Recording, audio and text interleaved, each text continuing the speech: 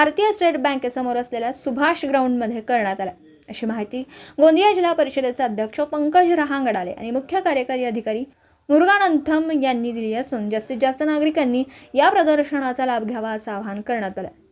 या प्रदर्शनातील उमेद अंतर्गत येत असलेल्या बचत गटातील महिलांनी तयार केलेल्या वस्तूंची विक्री तसेच प्रदर्शन भरवण्यात येणार आहे।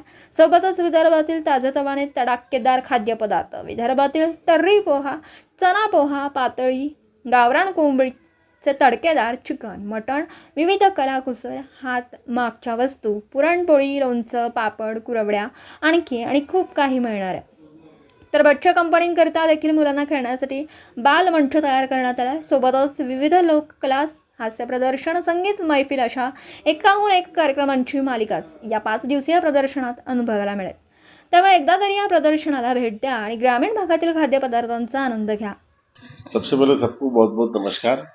22 तारीख से 26 तारीख के बीच में सुभाष स्कूल में जिला परिषद उम्मीद के मार्फत हमारी जो महिलाएं बहनें जो बचत गट में काम करती है उनके जो उत्पाद है उसकी प्रदर्शनी और बिक्री, ये दोनों इन दिनों में होने वाली है।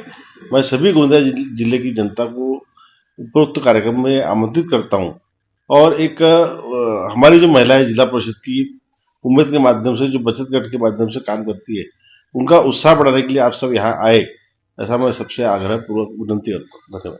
नमस्कार, मी मुरुगानंदम, CEO जिल्हा परिषद गोंदिया।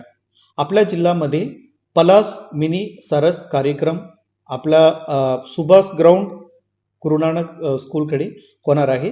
आपल्याला 22 पासून 26 पर्यंत आपल्याकडे 100 गटांची प्रदर्शन होणार आहे।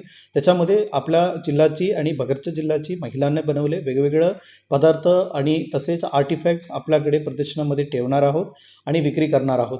त्याच्यामध्ये आपण सर्वांनी पार्टिसिपेट करून आपल्या महिलांनी स्वतःच्या हाताने बनलेला माल विक्री करून आपल्याला सहकार्य करावं। या कार्यक्रमाचं स्थळ आपल्या गोंदियामध्ये स्टेट बँकच्या समोर सुभाष स्कूल ग्राउंडमध्ये होणार आहे। सर्वांना आमंत्रण। दिवसभरातील घडामोडींचा आढावा घेण्यासाठी पाहत रहा N24 मराठी न्यूज चॅनल।